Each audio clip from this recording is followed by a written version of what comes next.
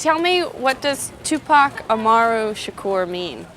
Okay, it means, I was named after this Inca chief from South America whose name was Tupac Amaru, but it's a lot of people named Tupac Amaru.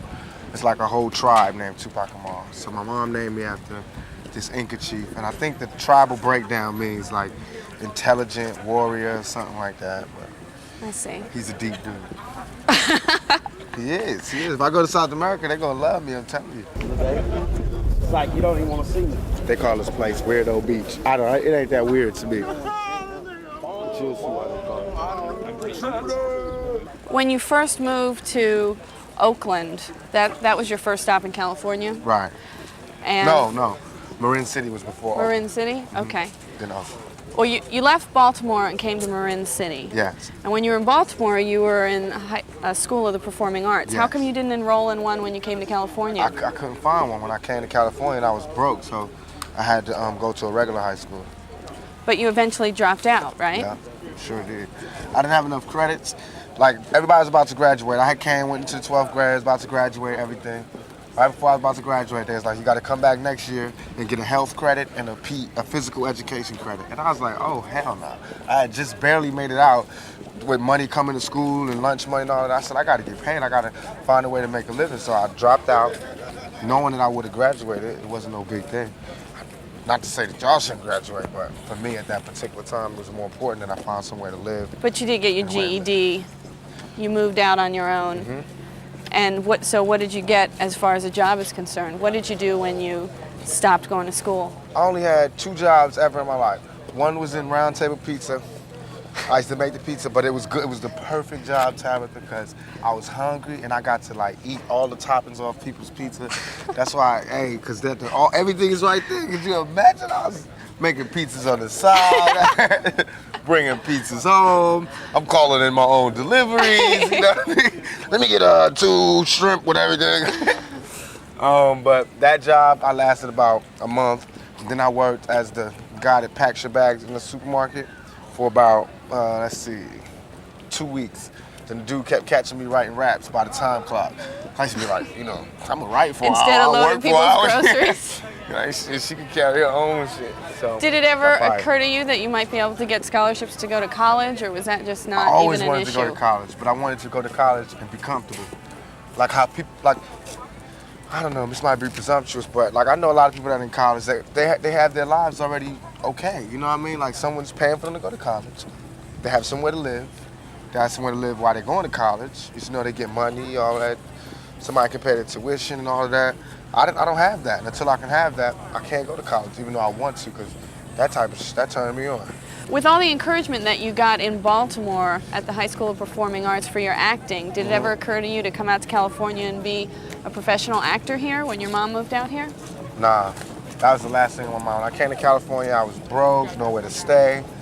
What do you mean nowhere to stay? I didn't have anywhere to stay. I was staying with a friend of a friend of a friend of my mother. Why weren't you staying with your mother? Because she was in Baltimore. We didn't have any lights and electricity. We was about to get evicted, so she sent me first. You know how mothers do. Protect the young. So I went out there broke. I wasn't even thinking about acting. I was just thinking about surviving. But such is life. I ended up doing it, what I loved the most. I ended up doing both of those things. During that time when you went to California, your mother was in Baltimore. Is that when she was a crack addict? No, she was addicted to crack when I was in California. First moved to California. What's up? All right, what's happening? And what was that like to have a mother who was addicted to crack? I love my mom. She the bomb to me, so I know love she all is her now, mistakes. but what about then? It was hard. It was hard because, she was my hero. Did She you is my ever hero. have any temptation with crack? Never ever, never. My father died like that, but the man that I knew was my father. The man that I knew was my father, he died with cocaine. So it was never my thing. And why do you think that your mother had that time of weakness with crack? Everything was just going bad for her. It's harder for a woman to raise a family than it is for a man. Oh, yes, all day.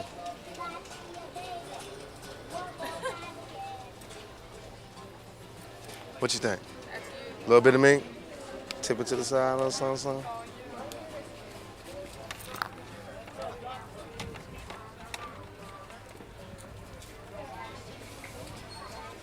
It ain't my style, they not Coutier. Give me a characterization of your childhood. How would you describe what it was like growing up? I was the total opposite of what I am right now. I was quiet, withdrawn. I read a lot. I wrote poetry. Kept a diary. I watched TV all the time. I stayed in front of a television. I went to movies. Everything. What did you do that was, I mean, it seems like going from a homeless shelter to a project or having to worry about having enough food on the table must have been very difficult. How did you deal with that? Were there any therapeutic ways for you to heal yourself? I smoked weed. I hung out with the drug dealers and the criminals, and I got... And that made you feel better? Interestingly enough, yes, because they have those same problems, and they found a way to get out of it. As a kid, this is what I was thinking. And so did you end up selling drugs also because those were your I think I tried models? I tried selling drugs for maybe 2 weeks. Then the dude was like, "Oh man, give me my drugs back," because I didn't know how to do it. I sell, somebody didn't pay me back. I'd be like, "Oh, it's okay." Smoke most of it? Yeah, no, I never smoked it. Never smoked it. I just be like, "It's okay. You don't have to pay me back."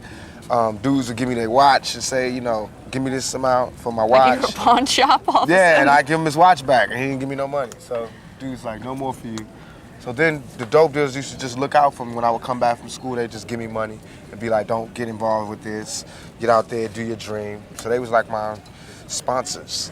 You need to get him on film. Well, that boy say Tupac watches. Tupac watches, I got it right. You need to get him on film. Tupac watches, man. That's what they call it. You know what I'm saying? Right behind, he talking about Tupac watches. No, he getting his on. You got no with the Rolex, man? entourage. No, man, I normally had that motherfucker. Oh, yeah, that's You got the real one on, huh? Yeah, no doubt, bro. I'm like, you got some that shit on. These live watches, go ahead, man. How business doing? Yeah, you gotta don't take that shit. You know, you the Nah, man. man, You see, I want to gotta don't take them out my You hand. need to sell something. I don't want to mess up your thing out here. gotta mess up that thing. Yeah. All right, man. Tupac watches, right? I got it. That boy say Tupac watches. Right here. Tupac autograph, $20. Right here. I got it. You're supposed to put I love you. Oh, I'm I love you, Crystal. How did you go from making pizza to being in Digital Underground? I used to rap everywhere. I was one of those people, man. I put my tape in the tape deck. I interrupt talks, conversations to start rapping. So I met up one person hooked me up with another person, this lady named Layla. Introduced me to Adrian Gregory, who was managing Digital Underground. He was like, "I'm gonna send you to Digital Underground, they're in the studio.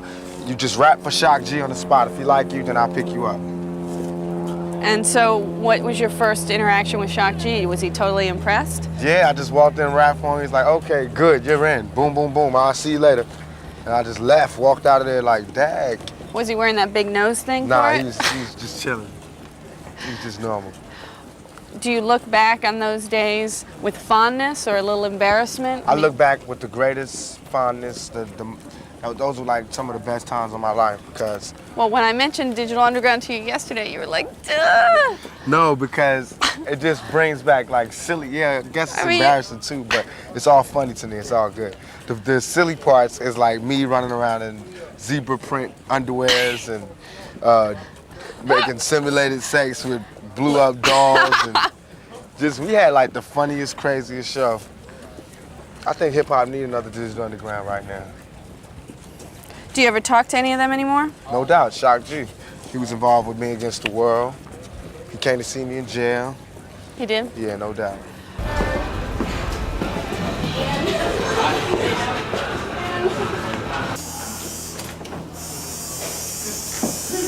How long do you think it's gonna take? 10 minutes. Okay.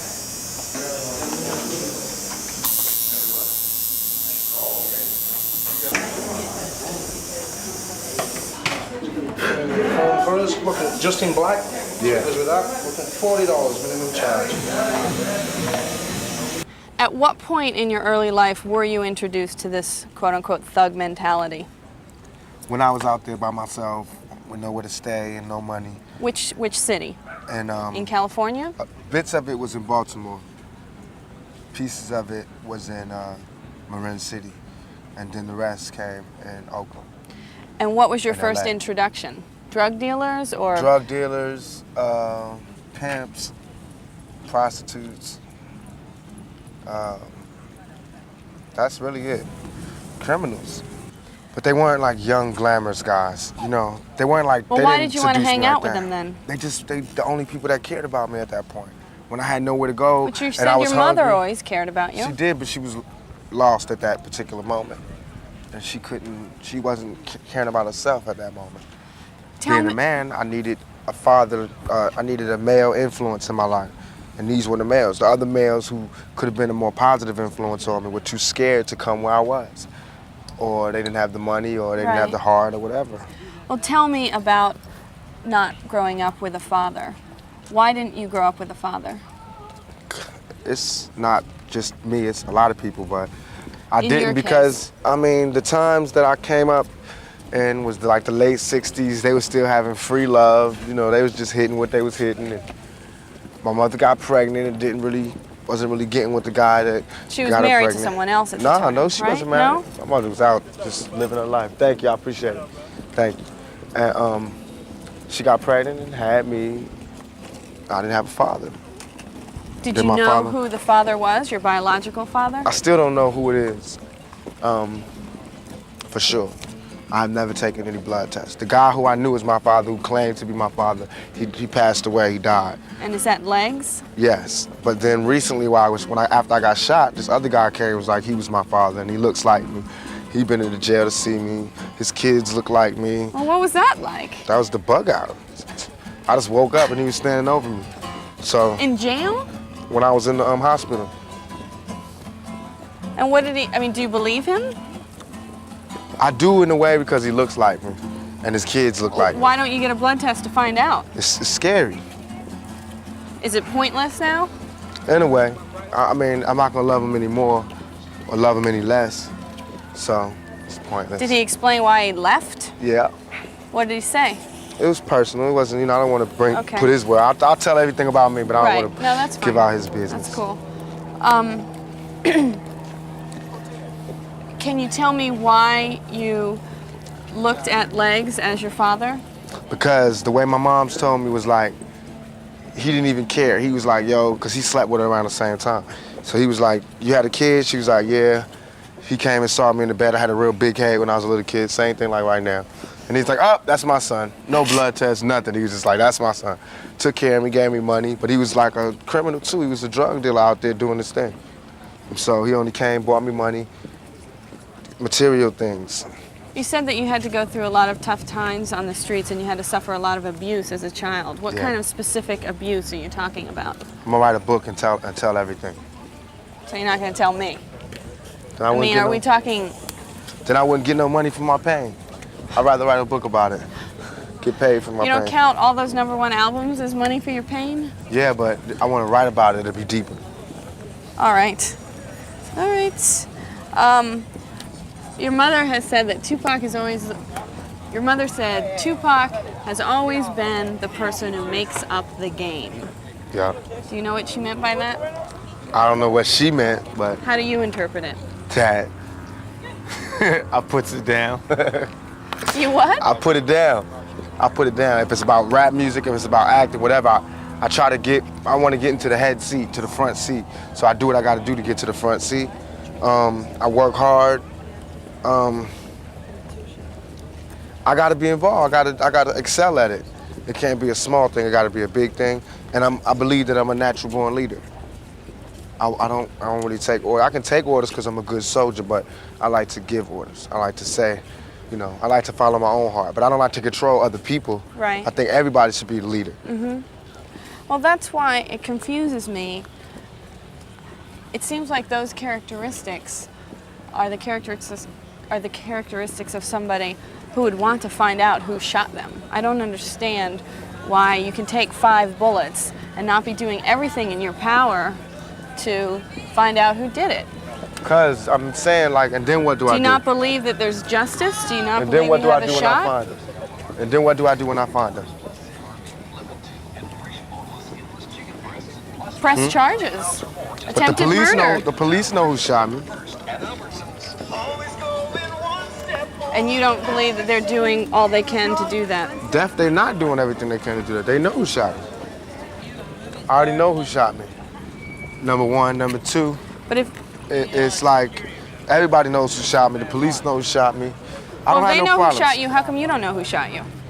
Because They won't tell you? No, it's just, I don't know. That situation with me is like what comes around goes around. Karma, I believe in karma. I believe in all of that. I'm not worried about it. You know, they miss. I'm not worried about it unless they come back. All right. That's one of them. Oh, I'm gonna put in the bag for you? Yeah. All right. and by the way, no tax for you. Oh, that's okay. You know That's what? You my homeboy. Come in. What's up? All right, how you? Stop by some incense, man. Make me rich, man. Man, I got so many incense, I'm starting to stink. Some of it, man. All right. What's up? All right. You grew up without a father. How do you feel like your life would be different if you had grown up with a father? I'd have had some discipline. I'd have had more confidence. You seem pretty confident to me. Now I am, because now I believe that I'm my own man, and I'm a man. You know, money gave me confidence. The screams of the crowd gave me confidence. But before that, I was a shell of a man. Do you feel like one day that you'll be a good father? I think I'll be a very, very good father. Why? Because I love kids. I love the innocence. It just does something to my chest. The innocence that they have, and how they look up to you, and how you can't do no wrong to them. And I love that, man. I would do anything. I'd do damn near anything. I'd do damn near anything for them. All the kids in my life, my nieces, nephews, they get anything they want. They got the best Christmases, everything. They get whatever they want. I'm a sucker for them. But I wouldn't have any kids myself because I'm scared to bring any children into this world, especially any black children.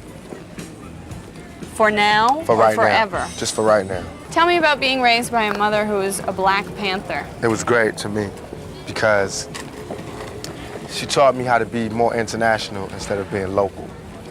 And I did get some principles from her that'll always be with me. She taught me how to be community orientated. And I think my mother taught me to understand women a lot more than my peers can. You're in touch with your feminine side? I think so. I think so. How do you know? Because I can be around, I'm not uncomfortable around women. I'm not uncomfortable around strong women. I'm not, I don't feel more, I don't get like a predator thing going when I'm around demure females, you know? I don't get a thing like this when I'm around strong females. I like being around females, I'm comfortable. I can get with them on every level. To where I got homies that just get straight nervous around females. Weren't you going to maybe start a community center with Mike Tyson? I am. Is that progressing? Well, what I'm trying to do now is have this program where I'm gonna have like a rap league for like me. Tupac have his own football team, and Coolio have a football team, and Tretch have a football team. We all Made sponsor up the of team. kids in neighborhoods? Right. We sponsor the teams, have big games, probably get MTV to come do the World Series. Get like all the community people, like the churches to come out there and sell food, and get the fathers and the uncles to be security, and get the FOI and the deacons and everything, and bring the community spirit back. And then on the weekends we'll have like block parties. So I'm doing all this to raise money. Then we have like get a date, fundraisers, like people try to get a date with Tupac or Tretch or one of the other rappers. And where would the money go to? We'll have like a neutral center where we'll get the money together, and that'll be for, we're trying to get a community center in every ghetto in the United States. It seems to me that you are trying to distance yourself from a thug life mentality. Not that, I'm just trying to show who I am. That people locked up on one part of me that they really did not understand. So now I'm trying to do two things. One, help them understand the part of me that they didn't understand. And two, is to show that, you know, this is the type of things that young black males can do. We can do anything if you just give us a shot. Stop trying to beat us down. Tupac, your life has been marred by considerable pain. Do you think you'll ever get to the point where you can live a normal, happy life? No. But I'm going for it. I'm trying for it. And until then, I have to make the life that I do live as happy as I can and try to do the best with what I have. you to, you know, live the best life I can live, be as happy as I can be. Nothing is perfect for anybody. I don't think.